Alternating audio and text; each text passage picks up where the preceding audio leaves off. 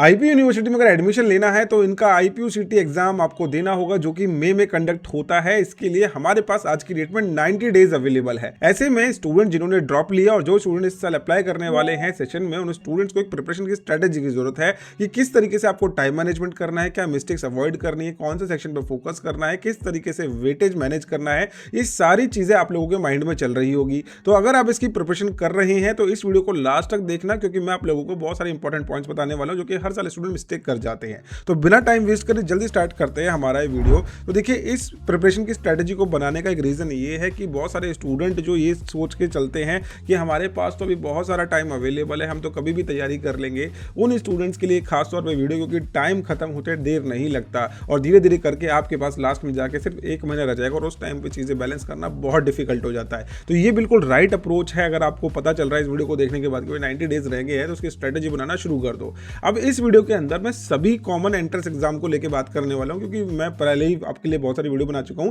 कि किस किस एग्जाम के लिए आईपीयूसीटी एग्जाम होता है। ये कोई प्रोग्राम स्पेसिफिक वीडियो नहीं है, इसमें मैं सभी कोर्सेज के लिए बारे में बात करने वाला हूं। अगर आप आईपीयूसीटी अप्लाई कर रहे हैं, BBA, BCA, BJMC, BCom honours और even BLLB, BBLLB, CUT, UG की तरह अप्लाई कर रहे हो, तब भी आप लोगों के लिए स्ट्रेटेजी यूजफुल होने वाली है। अब यहाँ पे सेक्शन जो है वेरी करते हैं कोर्स टू कोर्स। अगर देखा जाए तो सिमिलर है पैटर्न बहुत सारे एग्जाम्स का, लेकिन प्रिपरेशन की जो स्ट्रेटेजी बिल्कुल सेम रहेगी। एग्जाम किस तरीके से सिमिलर है मैं अभी आपको दिखाऊंगा, और ये जो स्ट्रेटेजी है सिर्फ और सिर्फ आईपीयूसीटी स्टूडेंट्स के लिए है। तो आप लोग अगर आईपीयूसीटी में अप्लाई करते हैं तो इस वीडियो को जरूर लास्ट तक देखना। 90 डेज क्यों मैटर करते हैं? क्योंकि आईपीयूसीटी एग्जाम मई में कंडक्ट होगा और बहुत सारे स्टूडेंट्स अप्लाई करेंगे। ऐसे में एक डिफरेंस क्रिएट करना बहुत ज्यादा इंपॉर्टेंट होता है। सिर्फ एग्जाम अटेम्प्ट के लिए नहीं देना, जनरली एग्जाम नहीं देना, हमें एक अच्छा रैंक लेके आना पड़ेगा, क्योंकि आईपीयूसीटी का एडमिशन डायरेक्टली प्रोपोर्शनल है आपके रैंक से। तो ये 90 डेज आपके डिसाइड करेंगे कंसिस्टेंसी, रिवीजन की क्वालिटी और एग्जाम के लिए आप कितने प्रिपेयर हो। ये सब चीजें आपके 90 डेज जो है डिसाइड करते हैं। बहुत सारे स्टूडेंट जो लास्ट मोमेंट प्रिपरेशन करेंगे वो इतना एग्जाम रेडीनेस नहीं रहता है उनके अंदर। जो प्रिपरेशन की एक रियलिटी है वो मैंने ये नोटिस करा है ओवर द टाइम पीरियड। जो स्टूडेंट लास्ट में प्रिपरेशन करते हैं वो रैंडम टॉपिक्स पढ़ते हैं और अनप्लान स्टडी करते हैं। कभी भी कुछ भी पढ़ना, कभी भी कुछ भी टॉपिक शुरू कर देना, इससे आप लोगों को अच्छा रैंक नहीं मिलने वाला। सिर्फ सिलेबस खत्म कर देना, उससे भी कोई बेनिफिट आपको नहीं होगा ज्यादा। आपको उसके लिए प्रैक्टिस करनी पड़ेगी। तो यहाँ पे आपकी सेक्शन वाइज प्लानिंग बहुत एसेंशियल है, रेगुलर रिवीजन आपके लिए बहुत जरूरी होता है और एग्जाम ओरिएंटेड माइंडसेट होना भी बहुत जरूरी है। अब हम इसका कॉमन एंट्रेंस एग्जाम का एक बार पैटर्न देख लेते हैं। तो यहाँ पे आपका ऑब्जेक्टिव टाइप क्वेश्चंस पूछे जाएंगे। फिक्स्ड एग्जाम ड्यूरेशन है, मोस्टली एग्जाम्स के अंदर 2.5 आवर्स आपको मिलेंगे। नेगेटिव मार्किंग सभी एग्जाम के अंदर है। हर एक करेक्ट आंसर पे आपको 4 मार्क्स मिलेगा, -1 का डिडक्शन होगा। सेक्शन वाइज टाइम मैनेजमेंट आपको यहाँ पे करनी पड़ेगी। वो क्यों करनी पड़ेगी अब मैं जाके आपको एक बार दिखा देता हूँ। तो चलिए हम एक बार इनके ब्रोशर में जाके सारे सेक्शंस को देख लेते हैं। फॉर बीसीए कोर्स आप देख सकते हैं यहाँ पे लैंग्वेज के अंदर 15% है, वेयर एज अलग अलग एंट्रेंस एग्जाम के अंदर आप देखेंगे तो लैंग्वेज कॉम्पोजिशन कहीं पे 25% आ रहा है, कहीं पे 15% आ रहा है। तो इस तरीके से आपको सेक्शनल वेटेज देखनी पड़ेगी। मैथमेटिक्स का आप देखेंगे तो 30 है, कंप्यूटर का 30 है। तो इस तरीके से आपको अपनी प्लानिंग जो है करनी पड़ेगी। बहुत सारे स्टूडेंट क्या करते हैं, लैंग्वेज को बिल्कुल छोड़ के ही, जिन्होंने लास्ट मोमेंट में प्रिपरेशन करी वो क्या करते हैं, लैंग्वेज छोड़ देंगे क्योंकि 15% आ रहा है, सिर्फ मैथ्स और कंप्यूटर अवेयरनेस पढ़ के चलेंगे। लेकिन अगर आपको एक अच्छी रैंक लेके आनी पड़ेगी तो आपको हर एक सेक्शन को बैलेंस करके चलना ही पड़ेगा। अब हमने इस 30 डेज के स्ट्रक्चर को 3 फेज में डिवाइड कर दिया है, जिसमें पहला फेज होने वाला है हमारा कॉन्सेप्चुअल क्लैरिटी का और फाउंडेशन बिल्डिंग का। सेकंड फेज रहेगा हमारा प्रैक्टिस एंड एक्यूरेसी के ऊपर ध्यान देने का, और थर्ड फेज रहने वाला है रिवीजन एंड एग्जाम रेडीनेस के लिए। यानी कि आप थर्ड फेज तक आते आते एग्जाम के लिए बिल्कुल रेडी हो जाओगे। तो सबसे पहले हम फेज 1 डिस्कस करते हैं। पहला फेज है जिसमें आपको अपने बेसिक कॉन्सेप्ट्स पे ध्यान देना है। सभी सेक्शन के बेसिक कॉन्सेप्ट्स आपको देख के चलना है और सारी चीजें आपको टॉपिक वाइज पढ़नी है, टॉपिक वाइज प्रैक्टिस करनी है। अब यहाँ पे बहुत सारे स्टूडेंट, जैसे कि मैंने स्टार्टिंग में बोला था कि अनप्लान प्रिपरेशन करते हैं, रैंडम टॉपिक्स पढ़ते हैं, उन स्टूडेंट्स के लिए खास तौर पे मैं बोलना चाहूंगा, जब आप अपने इनिशियल फेज में होते हो प्रिपरेशन के, उस दौरान आपको बिल्कुल ईजी टॉपिक से स्टार्ट करना चाहिए और सेक्शन वाइज प्रिपरेशन करनी चाहिए। और यहाँ पे आपको अपने कंसाइज नोट्स भी बना के रखने हैं। अगर आपको लगता है कि आपके पास नोट्स बनाने का टाइम नहीं है तो आप अपने हाईलाइट्स कर सकते हैं। जिस भी बुक से प्रिपरेशन कर रहे हो वहाँ पे आप इन सारी चीज़ों को हाईलाइट करके रख सकते हैं। अब यहाँ पे इस दौरान आपके पास कोई भी स्पीड का प्रेशर नहीं रहेगा, क्योंकि बस आप अपने कॉन्सेप्ट पे फोकस कर रहे हो इस टाइम पे, और कोई भी कंपैरिजन आपको दूसरों के साथ नहीं करना कि दूसरे की प्रिपरेशन अभी इतनी हो चुकी होगी, मेरी क्लास में ये स्टूडेंट प्रिपरेशन कर रहा है, वो मेरे से आगे चल रहा है।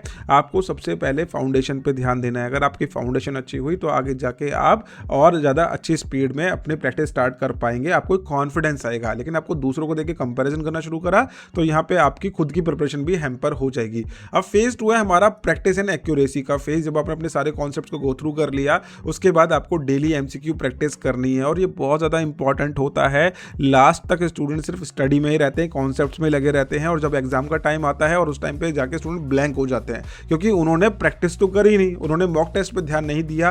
किसी भी प्रिपरेशन में, किसी भी कॉन्सेप्चुअल लर्निंग के बाद अगर आप मॉक टेस्ट नहीं कर रहे हो, एग्जाम्पल्स को अटेम्प्ट नहीं कर रहे हो, क्वेश्चंस नहीं बना रहे हो, तो आपकी प्रिपरेशन बिल्कुल अधूरी रहने वाली है। आइडेंटिफाई करना है आपको वीक एरियाज पे, क्योंकि जब आप एमसीक्यू प्रैक्टिस करोगे या फिर क्वेश्चन अटेम्प्ट करोगे, वहीं पे आपको अपने वीक एरियाज भी पता चल जाएंगे। टाइम बाउंड प्रैक्टिस करना बहुत जरूरी है, इससे आपका प्रेशर और स्पीड दोनों इंप्रूव हो जाता है। जैसे कि हमारे एग्जाम की ड्यूरेशन है 2.5 आवर की। अगर आप सेक्शन वाइज प्रिपरेशन कर रहे हो तो उसको डिवाइड कर दो 4 पार्ट्स के अंदर, और अपना टाइमर सेट करके अपना क्वेश्चंस को अटेम्प्ट करना शुरू करो। अब ये भी देखो कि कौन से क्वेश्चन में आपको ज़्यादा टाइम लग रहा है, इससे आपकी स्पीड और एक्यूरेसी दोनों इंप्रूव होती है। एक्यूरेसी सबसे ज़्यादा इंपॉर्टेंट है एग्जाम में क्वेश्चन अटेम्प्ट करने से ज़्यादा। बहुत सारे स्टूडेंट क्या करते हैं कि 100 क्वेश्चन आने वाले हैं, 100 क्वेश्चन आएंगे तो काम करते हैं मेरे को तो सारा अटेम्प्ट करके आना है, कुछ तो सही जाएगा, कुछ खराब चला जाएगा तो कोई दिक्कत नहीं है। लेकिन यहाँ पे एक स्टूडेंट था जिसने शॉर्ट अपने 80 क्वेश्चंस को अटेम्प्ट करा और बोला कि भाई मेरे 80 क्वेश्चंस बहुत अच्छे हुए हैं। ये उस स्टूडेंट से काफ़ी बेहतर है जो 50 क्वेश्चन तो करेक्ट करके और 50 क्वेश्चन गलत करके आया है। तो ये स्टूडेंट से काफ़ी बेहतर होने वाला है, क्योंकि जब आपके साथ में 18,000 स्टूडेंट एडमिशन के लिए अप्लाई करेंगे, या फिर आपके एंट्रेंस एग्जाम के अंदर 9,000 स्टूडेंट एंट्रेंस एग्जाम देंगे, यहाँ पे अगर आपने नेगेटिव 4 क्वेश्चन भी अटैम्प्ट करे तो ये भी आपको नीचे 100-200 रैंक पे नीचे लेके आ जाएगा। तो नेगेटिव के लिए आपको बहुत ज़्यादा सोच के चलना है कि आपको मतलब रॉन्ग अटैम्प्ट नहीं करना है, इसलिए अपनी स्पीड और एक्यूरेसी पे पूरा वर्क करना, और एक्यूरेसी सबसे ज़्यादा इंपॉर्टेंट पार्ट है। फेज 3 आपका होने वाला है फाइनल रिवीजन का, जिसमें आप अपने आप को मेंटली प्रिपेयर कर लोगे एग्जाम के लिए। यहाँ पे आपको सेक्शन वाइज रिवीजन करना है, एरर एनालाइज करना है, सिर्फ ये नहीं देखना कि कहाँ पे मैं वीक हूँ, उसको एनालाइज करके उसको करेक्ट भी करने का आपके पास टाइम रहेगा, और यहीं से आपका एग्जाम टेम्परामेंट जो है डेवलप हो जाता है। Do not start any new study source in this phase. बहुत सारे स्टूडेंट लास्ट तक नई नई वीडियोस देखने की कोशिश करते हैं, नए नए सोर्सेज ढूंढते हैं, नई नई बुक्स स्विच कर लेते हैं कि भाई ये तो हो गया, दूसरी बुक पे चलते हैं। Stick to one study source only. मैं आपको हमेशा बोलूँगा, आपको कहीं ना कहीं अगर ऐसा लग रहा है कि मेरे को कंप्लीट मेरा कॉन्सेप्ट क्लियर नहीं हो रहा है एक जगह से, तो आप दूसरे सोर्स का रेफरेंस ले सकते हैं। लेकिन सारी चीज़ों के लिए आप अपने सोर्सेज को बार बार चेंज करते रहोगे तो आप कहीं ना कहीं पजल हो सकते हो। तो इसलिए stick to one study source only. इसके लिए आप या तो अपनी प्रिपरेशन करो बुक से, या फिर यूट्यूब से कर रहे हो, या फिर हायर एजुकेशन से जुड़ के कर रहे हो। आपको एक सोर्स पे फोकस करना बहुत ज़्यादा इंपॉर्टेंट है। अब देखिए, हम जब जाते हैं हमारे हायर एजुकेशन की एप्लीकेशन है, यहाँ पे आपको IPUCT के सभी एंट्रेंस एग्जाम की प्रिपरेशन के बैचेस मिल जाएंगे, जिसमें आपको डेली लाइव क्लासेस के थ्रू प्रिपरेशन करा रहे हैं, डाउट सेशन है, मॉक टेस्ट है।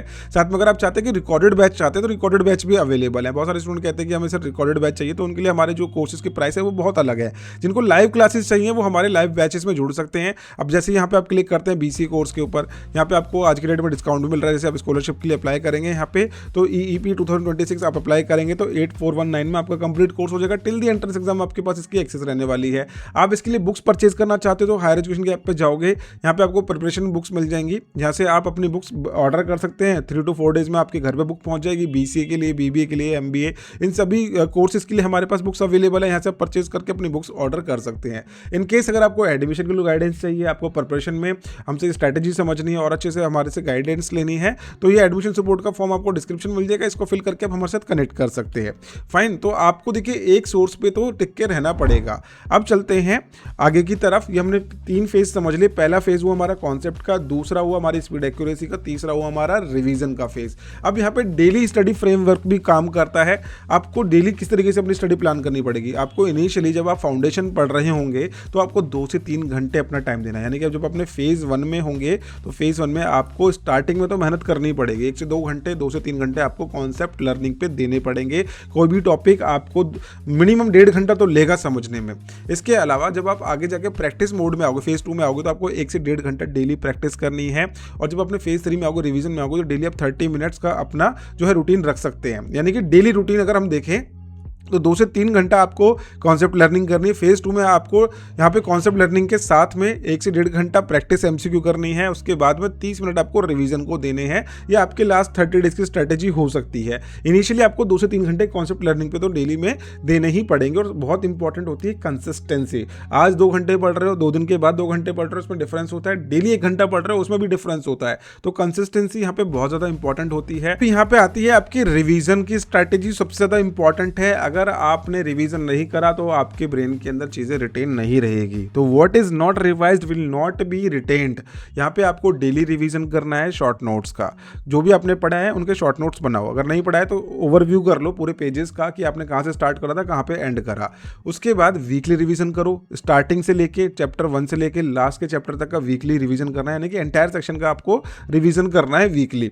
उसके बाद आपकी एक मिस्टेक नोटबुक होनी चाहिए। बहुत सारे स्टूडेंट बनाते हैं, नहीं बनाई तो कोई दिक्कत नहीं, लेकिन अपने मिस्टेक को मार्क जरूर करो और एनालाइज करो, बहुत ज़्यादा इंपॉर्टेंट है।